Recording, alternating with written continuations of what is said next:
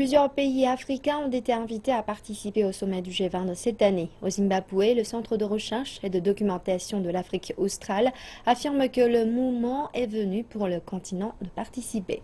Les pays africains, mais aussi d'autres économies émergentes, jouent un rôle plus important dans les affaires mondiales. L'Afrique, vous le savez, est le géant émergent. C'est un continent très riche qui possède un vaste capital humain.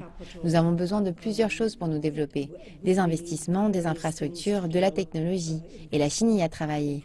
La Chine a fait beaucoup en termes de soutien au continent pour construire des infrastructures depuis les précédents forums sur la coopération sino-africaine. Depuis l'an 2000, dans la relation de coopération sino-africaine à travers ses relations avec l'Union africaine, l'investissement augmente dans les différents pays.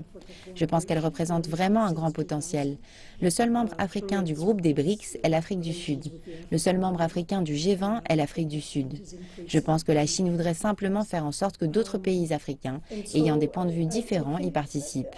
Il serait tout à fait approprié d'y ajouter le président de l'Union africaine, tout à fait approprié d'y inclure le président actuel du nouveau partenariat pour le développement de l'Afrique. Et bien sûr l'Égypte, qui est une puissance du Nord. Ainsi, tous les pays joueront un rôle dans l'économie mondiale et dans la nouvelle économie africaine. Je pense que c'est logique. Je pense que c'était le choix de la Chine d'avoir davantage de pays africains, mais ce sont leurs représentants, et c'est positif.